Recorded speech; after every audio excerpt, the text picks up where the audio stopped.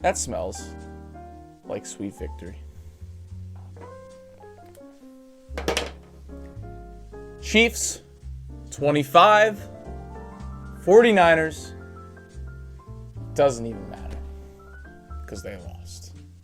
Welcome back to the In the Huddle podcast. How are we doing, everybody? Flashback to week 5, early October. We're starting up the video podcast. Chiefs are 4-1. People aren't liking us. We're not looking as good this season. We're having struggles. Flash forward a bunch of weeks, I'm ranting. The Chiefs aren't looking good. We're losing games we shouldn't. We have a horrible day on Christmas. Get to the playoffs. Win a few playoff games. Get to the AFC Championship game. Boom. Back to the Super Bowl 4 times in 5 years. But none of that matters anymore. None of the struggles matter anymore. The roller coaster ride doesn't matter anymore. Because we did it. Super Bowl champions. I raise a glass. I toast all of you that were able to sit through this entire season with me, Chiefs fan or not. There's not really a drink in here. But, man, what a season. And now I'm here for the second year in a row, coming to tell all the In the Huddlers, that's what I'm going to call you now, the Huddlers, until I can find a name that's better. Coming to tell you all about this Super Bowl and a Chiefs win for the second year in a row and the third time in 5 years. And you know what a third time in 5 years means? That means a dynasty. We're throwing around the word dynasty now. And no one can stop us. That's it. We are officially a dynasty. We just won one of the greatest games that I've personally ever watched, which I thought was going to be Pats Rams Part 2 at the end of halftime. And Usher comes running out, sweating beads. He did well, though. We'll talk about him later. Okay, but for real, let's get into the game. Chiefs 25, 49ers 22. The season is over. It's bittersweet, but man, it makes it feel a little bit better. Easing that wound when the Chiefs are running out here back-to-back champions. Just gotta say. Okay, well, clearly, I just spent the first 2 minutes bragging. I have my Chiefs jersey on today. A lot of you guys are probably rolling your eyes, don't want to listen to me. But I think this definitely makes me have the right to brag a little bit. So, emotions on the game itself. Now, I put out a halftime video on TikTok about how I was feeling about the game up to that point. I'm probably going to reiterate a lot of what I said on that video. That the Chiefs' offense, first and foremost, only put up 3 points. We were doing a lot of what we were doing in the regular season. The play calling looked weak. Mahomes looked rattled. When we finally had a big play, boom, the next play, Pacheco fumble, and we ruined a red zone chance. And at the end of the game, when we're finally gaining momentum, stall out in the red zone once again, have to settle for 3. And it's crazy because I said that, and this is true, obviously, because I said that we were down by less points than we were against the Eagles, but I was way less confident this time around because it was 10-3, but it honestly felt like it was 30-3 at halftime. The 49ers completely dominated us.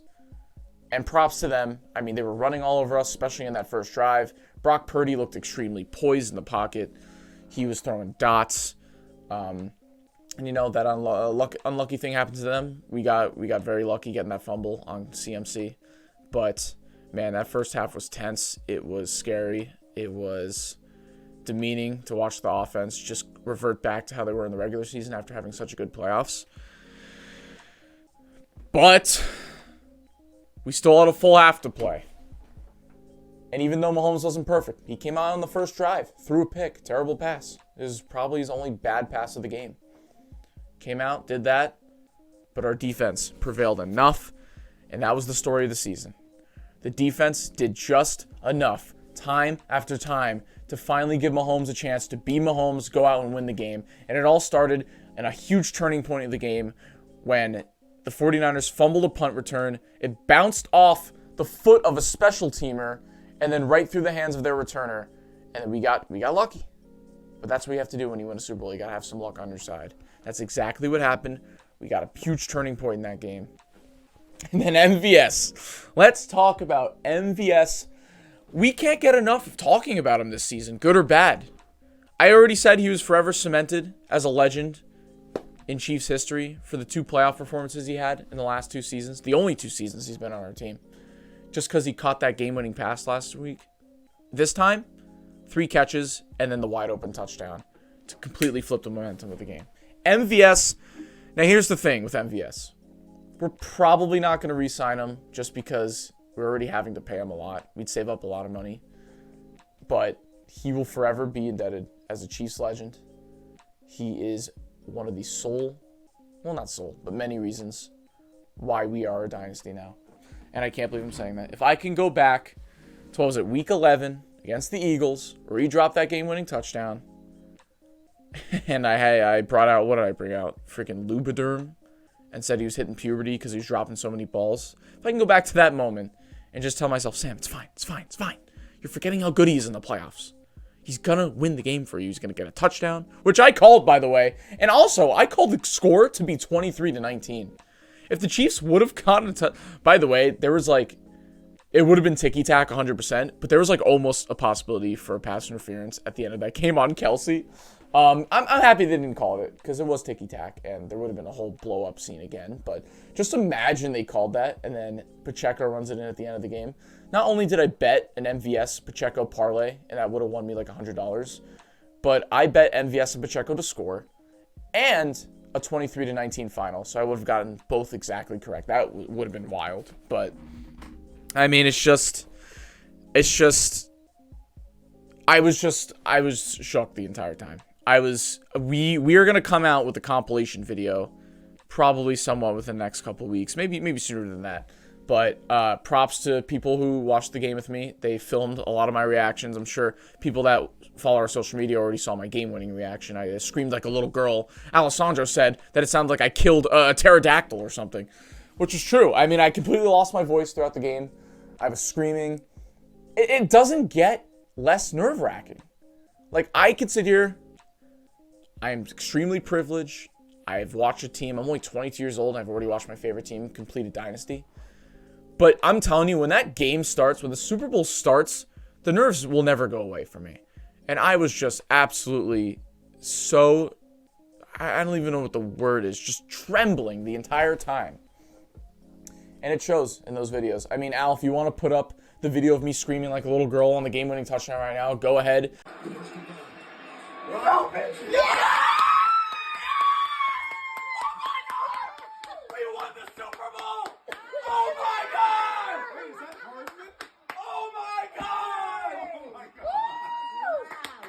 The dynasty of the 2020s, not you.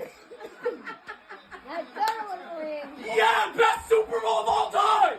That was a mixture of embarrassing, but also funny, but also amazing to watch back, and also one of the best moments of my life at the same time. It was just all emotions put into one, and it was insane. I mean, what an end to the season. We picked this is the first season we picked to go on camera, and it ended with a Chiefs win to cement a dynasty in overtime in the Super Bowl. I don't understand how it can get much better than that for me, and I am privileged and blessed to say that. And oh my God, I woke up this morning, I'm like, did that really happen? Did that actually happen? I don't know. It did, but it still feels like a dream, and there's no way it's real. Someone wake me up. Al, wake me up. Wake up. I don't feel awake. Is this real? Confirm to me that this has been real. It's real. Okay. He says it's real. I mean, I have a picture behind me of Mahomes running around on the 49ers sideline. Clearly looks like we won the game. I'm here talking about it. But somebody pinched me. It must be a dream. But no, it's not a dream. And I'm sitting here as a Chiefs fan that I just couldn't be happier. It's insane. I really did think this game was going to be Rams-Pats, and we were sitting on the Rams side of the ball. Purdy was looking like Brady for a few moments of this game. Just so calm. As a 7th rounder in his first ever Super Bowl, I mean, I got to give all the props in the world to Brock Purdy.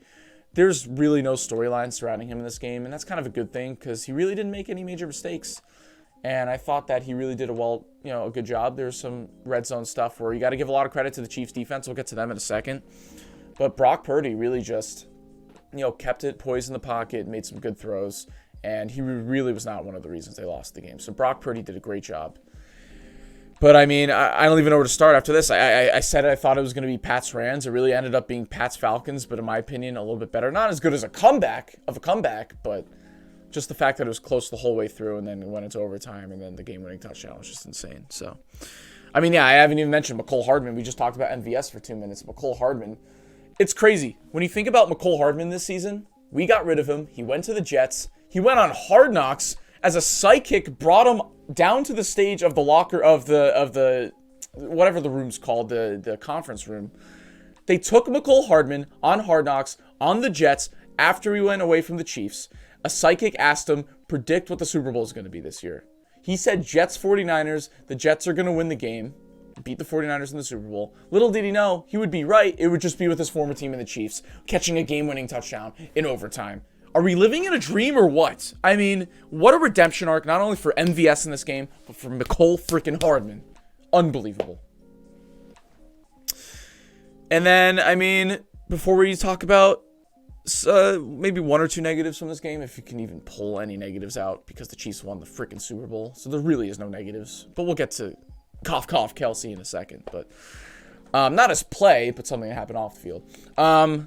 Before we get to that, we got to talk about Patrick freaking Mahomes, 3-time Super Bowl champion, 3-time Super Bowl MVP.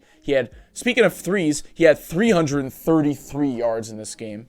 Not to mention almost 60 rushing yards as well. 2 big rushes in the fourth quarter, overtime. And let's talk about it, because he had a Brady moment again. He had it last year when he took off on a bad ankle and ran for, 40 yards in the last drive of the game. He did that. This year, he comes out. Wasn't looking great in the first half. And then he goes 8 for 8 for 42 yards on the final drive, throws the game-winning touchdown, and has 2 major rushes. One on 4th and 1, the second one's on 2nd down, where I thought he was taking off for the score. But he still got about, 15, 20 yards? I mean, just absolutely clutch. He can make weird mistakes sometimes. He can try to overthrow it. He probably has 1 or 2 bad throws a game. But when it truly, truly matters, just like all the greats, just like Joe Montana, just like Tom Brady, he pulls through in the biggest moments. He sharpens up. He doesn't make a mistake. And he goes out and wins a Super Bowl. And you give him that much time in overtime. That's what happens. If you only settle for field goals, Mahomes is going to come at you, even if it's at the very end of overtime, with a touchdown. And that's what makes him great. I don't want to hear it anymore. He's a top 3 quarterback of all time. He's already got 3 rings. If he gets 4, he passes Montana. That's the only reason he hasn't passed Montana. He's just the greatest player I've ever watched. And I don't even think that's unbiased. Brady's the GOAT, but just pure talent and just how he's been able to do this in his first 6 seasons. Unbelievable. Brady wasn't a top 3 quarterback of all time in his first 6 seasons, but Mahomes is. So we'll see what happens the rest of his career. But that was amazing. Flawless fourth quarter, flawless overtime. Not even as a Chiefs fan, just as an NFL fan to watch that. You got to appreciate greatness. I know a lot of people don't like Mahomes, but you have to appreciate the greatness that he brings to the sport. It's insane. He's the Michael Jordan of football. Point blank in the period. There you go. Okay. I'm going to talk about some more positives with the Chiefs, especially their defense, a little bit later, because I want to give out some personal Chiefs fan MVP awards of this game. But let's quickly talk about Kelce. I guess we'll get this over with.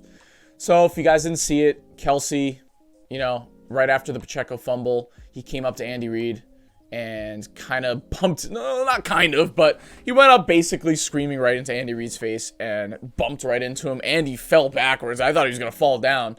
I'm kind of, there's people that say, it's just passion. It's just straight up passion. Like, look, Andy doesn't really care. It's fine. Like, he wasn't mad at him. That's just what happens sometimes. And then there's people that are saying Kelce's the devil. He's the worst player of all time. Off the field, like he's a complete D-bag. I'm kind of in the latter. Like, yeah, Kelce can certainly be a jerk sometimes, but I also agree that it was just him being extremely passionate. And, like, you guys think that, like, people are like, yeah, Kelce Reid just assaulted his coach. He should be fined, and he should go and immediately apologize to his coach. Like, okay, yes, what he did, I don't recommend any player doing that to their coach. But at the same time, I think Andy Reid is smart enough to know that this guy is one of the most passionate guys on the team. Yes, he shouldn't have come up and bumped him. I totally agree with that. Don't worry. But, like, I think people are blowing it a little bit out of proportion. Like, Have you ever seen Tom Brady screaming and yelling at his offensive lineman or some of his coaches? Like, it happens. People that want to win, people that want to be put in. That was the whole reason he was screaming at Andy Reid in the first place. It's because he wanted to be put in on a play and score. So, look, you can't blame him for being mad. I don't recommend him getting right in his face and bumping him. But, look, Andy Reid at the end of the day, he knows Kelce's super passionate. He's not going to care at the end of the day. I'm sure Kelce did end up apologizing. I mean, they were hugging after the game, for God's sakes. This happened early in the game. They won the Super Bowl. Everything's fine. People were blowing it a little bit out of proportion. I don't agree with exactly what he did. But, look, it happens sometimes, and what can you do? Okay. Let's talk a little bit about the 49ers. So, clearly, I'm happy that this happened, but they are on the losing side of the football. It smells great in here. I blew a little candle earlier in this. So here it is right here. I'm just going to... I just pulled a Kyle Shannahan because I just blew it. But seriously. I mean, you want to talk about one of the main reasons the 49ers lost, other than the fluky stuff that happens, such as the the fumble on the punt and the blocked extra point. Let's talk about Kyle Shannahan. Mr. 0-3 in Super Bowls now. He's blown a lead every single time, double-digit lead. And man, I mean, you could point to a bunch of different things here, but let's just go to this third quarter. I have it pulled up on my phone right now exactly how this third quarter went because I don't want to miss anything, but it was a crazy sequence, and that mostly has to do with coaching for Kyle Shannahan. So here we go. This is how Kyle Shannahan single-handedly screwed up this game in the third quarter. So they picked off the Chiefs on their first drive, and they were in scoring territory. And then they went 3 and out on 3 straight passes. Didn't give it to McCaffrey. Then the next time, they stopped the Chiefs on a 3 and out. Great. 49ers defense doing what they do best. Then they went 3 and out on 3 straight passes again. Didn't give it to McCaffrey. Then they held the Chiefs to a field goal. Went 3 and out again after starting with a bad run up the middle. Really? What happened to all those great designed runs you have? You're just going to put it straight up the middle where Chris Jones is? Nice try, Kyle Shanahan. And then the fourth thing, stop the Chiefs on a 3 and out once again, and then the punt hits the blocker's foot. Chiefs recovered, Chiefs score a touchdown. That wasn't mostly on Shanahan, of course, but that's really the sequence that lost the 49ers the game. Now, things that kept the Chiefs in the game in the beginning, the CMC fumble, of course. The fact that Jake Moody missed the extra point and got blocked, that was huge. Made a tie game after the Chiefs went down to settle for a field goal. But man, Kyle Shanahan, we gotta talk about this guy. I know he takes them to many championship games. He's been to 2 Super Bowls as a head coach, another one as a coordinator. I see a lot of 49ers fans calling for that guy's job. Because think about it. This is the healthiest the 49ers have ever been. This is the most stacked the 49ers have ever been. Brock Purdy played well in this game. And you still couldn't get it done against a Chiefs team that has not only struggled throughout the regular season, but was really struggling on offense for most of this game. And you still couldn't get it done because you didn't give it to your best player after he was having a great first half in Christian McCaffrey. Also, not to mention, George Kittle barely got the ball. He had 2 catches for 4 yards. What is going on? I mean, there has to be a change in the coaching at some point. Now, I don't think they're going to fire Kyle Shanahan. They probably shouldn't. But you have to look at this pattern time after time. It's the third time this has happened. They were up 10-0 in this game. And Kyle Shanahan had a big chance with so many stops, with a pick on the first drive of the third quarter. And you still couldn't do anything. It's got to be with the play calling. 49ers fans, please comment down below what you want to happen with Kyle Shanahan.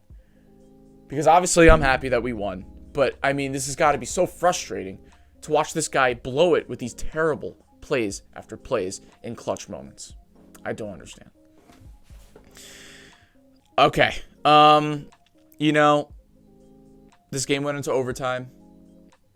The overtime rules caught me by surprise because not only did I forget that they changed it to in the playoffs, I think it was only the last couple seasons now, that in the playoffs, you are able to score a touchdown right off the bat, and then the other team gets a chance to match that. I totally forgot about that. So when I learned that before the coin toss, I was like, wow, I feel a lot less pressure as a Chiefs fan. And I was rooting for the 49ers to win that toss and receive it because I knew that would be the wrong decision at the end of the day. And Kyle Shanahan, speaking of, he's getting a lot of flack for it because they did end up winning the toss and they did end up receiving it and only settling, for a field goal. And then the Chiefs came out, got right down the field. We already talked about the drive and scored a touchdown and won. So I think the rules are interesting. I didn't know there was 2 quarters in overtime as well. That was wild. I didn't straight up know. I didn't know that rule until 10 seconds before the Chiefs won the Super Bowl, and Tony Romo had to explain it to me. And I think I know football. I didn't even know that. So that was crazy. I was like, how are the Chiefs not calling a timeout? But at the end of the day, Shanahan explained that he wanted to be the 3rd team to have the ball.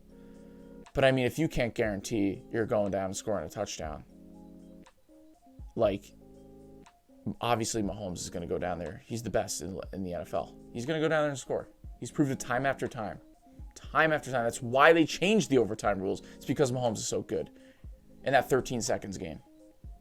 And you still took the ball first. I mean, if you take the ball second, Mahomes goes down and scores a touchdown like he was going to do anyways, but he did second to win the game. You just go down, try to get a touchdown anyways, and then you just go for 2 after that and try to win the game like that. It's that simple. I know you wanted the ball third just in case Mahomes matches with just a field goal or doesn't do anything, but it's Mahomes we're talking about. I just don't understand it. That's just another blip in the radar with, not blip in the radar, because blip in the radar means it wasn't that big of a deal. It's just another stain, big stain, on Kyle Shanahan's clutch coaching career, which is not clutch. Okay, we got 2 more things to talk about before we're done with this episode. Also, Dre Greenlaw tearing his Achilles. That was horrific. I don't think I've ever seen something like that. I remember a kicker a few years back hurt themselves on a celebration, but I've never seen someone who's just running onto the field tear their... That was horrific. I've never seen something like that. Never, no matter what fan I am, I never ever wish that on a player. That was just terrible to watch. Just all that prep for the whole season, and then the next 2 weeks to go into the Super Bowl, just for that to happen, that's horrific. So hopefully Dre Greenlaw recovers quickly. But we did some key matchups last week. I did 3 key matchups, the most important ones of this game. Let's see how they panned out. So the first one was Nick Bosa versus our offensive line. Now, I said last week that this was the one I was most worried about, and I was right, because Nick Bosa completely dominated, at least in the first half of this game. I mean, he was all over the place. I saw a highlight where Donovan Smith, he grazed his hands for maybe a second, and Nick Bosa just goes right by him. That's it. Just goes right by him. I mean, you could tell Nick Bosa really, really wanted this. He was great. He was great. And you could tell there was so much pressure on pretty much the first 2.5 quarters of this game. And then the second matchup, the Chiefs linebackers against Christian McCaffrey. Now, this was another one that I was worried about, and rightfully so, and it showed in that first and second quarter when Christian McCaffrey was absolutely dominating. Christian McCaffrey had 160 yards and a touchdown in this game, which is why it baffles me that they barely gave it to him in the third quarter. But it was bad at the beginning. But the linebackers, they generated some pressures. The game went on. I thought Leo Chenal had one of the best games of his career. So I think, Nick Bosa versus our tackles, that was the worst the Chiefs did. This second key matchup, second worst we did. But then the third key matchup, MVS and Justin Watson pulling it deep, distracting the safeties, open up the middle of the field. I mean, obviously MVS had a big game. Justin Watson really goes untalked about in this game. I think he had 3 catches, like 54 yards. So that worked out. And then at the end of the game, I mean, after MVS scores a touchdown, after Justin Watson gets a few catches, they did earn the respect of the safeties. So when they did go out, they did pull back. And then it did open the middle of the field. On those crossing routes, they had one major crossing route to Travis Kelce and one major crossing route to Rashee Rice in that game that really worked out over the middle of the field. So I thought that was some good analysis last week. Not to brag, but it did end up working out once they finally started respecting MVS and Justin Watson. And I thought that was a major turning point in the game because it got some rhythm on offense. Okay, and then finally, Super Bowl 58. The Chiefs obviously won it. I would have done this for both teams regardless, whoever would have won it. I'm just going to give out a couple MVP awards other than Mahomes because he obviously won the MVP. Let's start with Trent McDuffie. I thought he was the best defensive player on the field. He had an absolutely beautiful deflected pass. I believe it was on the first drive of the game. It could have been a touchdown. He got up there. Boom. Beautiful. He was just a lockdown guy all day. Chris Jones, man. I mean, if we can somehow pay this guy along with L'Jarius Sneed, I'm all for it. please, we got to keep this guy. He's a Chief forever. He had one of the best games. He really comes out in the playoffs these days, and he was phenomenal. I mean, the pressure he generated in overtime for them to settle for a field goal, phenomenal. He gets an MVP award. MVS, Mecole Hardman. We just talked about them. I mean, they got the 2 touchdowns of the game. Absolutely clutch. Amazing redemption arcs. Boom, you get there. Travis Kelce, although off the field, people aren't liking him right now. But you got to admit, turning 1 catch into 1 yard at halftime and then coming out and having 8 catches for 92 yards, yeah, that's impressive. I'm sorry. But that's phenomenal. He was an absolute beast at the end of that game in the fourth quarter and in overtime. Kelce, you get an MVP as well. And then finally, George Karlaftis might be the biggest MVP of all of them, the Greek Freak. I mean, he recovered the fumble. He had a couple tackles for loss. He was generating pressure all game. He was getting after it. Phenomenal. Because not only that, but we were missing Charles Omenihu in this game. And he stepped up big time. He already had 10.5 sacks this season. And he's proven himself that he's staying in Kansas City for a long time as well.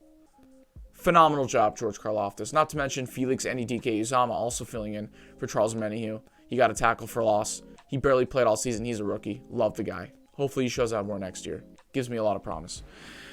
But that's it, guys. I mean, if you want to talk about any extracurriculars such as Usher, I mean, we might do a halftime ranking show, maybe even this week.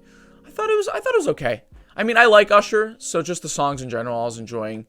I like the random turn down for what appearance. I don't know where that came from. That got me hyped. It felt like I was back in 2014. So that was random. I like Alicia Keys. She was good.